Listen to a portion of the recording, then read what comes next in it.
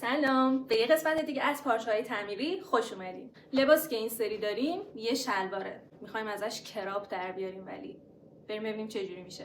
طبق ایده‌ای که در مورد این شلوار داشتم به کمرش نیاز داشتم و همچنین نیاز داشتم که کل الگو رو فقط از یک پا در بیارم و یک پاش سالم بمونه. اومدم شروع کردم تیکه‌های الگو رو خیلی مرتب و با کمترین زاپاس روی شلوار قرار دادم و همونجور که میخواستم از یک پای شلوار کامل در اومد و بعدش الگو آماده دوخت بودش. قبل از اینکه برم سراغ دوغ یه نکته بهتون بگم، اونم در مورد این که اون طرح‌هایی که الگوهایی که خیلی تیکه‌هاش زیاده، مثلا برای پشت فقط 6 7 تیکه است. اولا این که روی الگوتون حتما مشخص کنید که کدوم به کدوم باید وصل بشه و نکته دوم این که الگوتون رو سریع از پارچه به محض بریدن جدا نکنید، بلکه مرحله به مرحله هر قسمت رو که می‌خواید بدوزید الگو رو جدا کنید و با خیال راحت که یه وقت اشتباه ندوزید. حالا شروع کردم با آرامش کامل تمام پترنای الگو رو به ترتیب شماره و قسمت‌هایی که باید به هم دیگه وصل بشن به هم وصل کردم و دوخت زدم.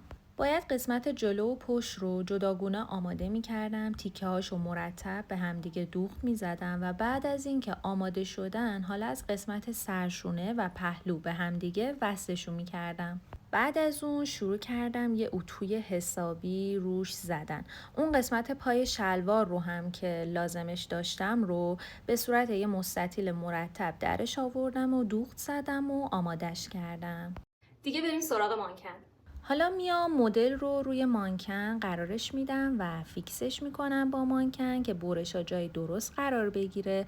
بعدش میام اون کمر شلوار رو که نیاز داشتم به شکلی پایین لباس قرار میدم که انگار جلوی کمر شلوار که دکمه وصل میشه جلوی لباس بیفته. بعدش هم اون پای شلوار رو که لازم داشتم میام یه پیلای ریز میدم و یه قسمت خوشگل برای آستین درست میکنم و اینم از نتیجه. تادا! امیدوارم دوستش داشته باشین.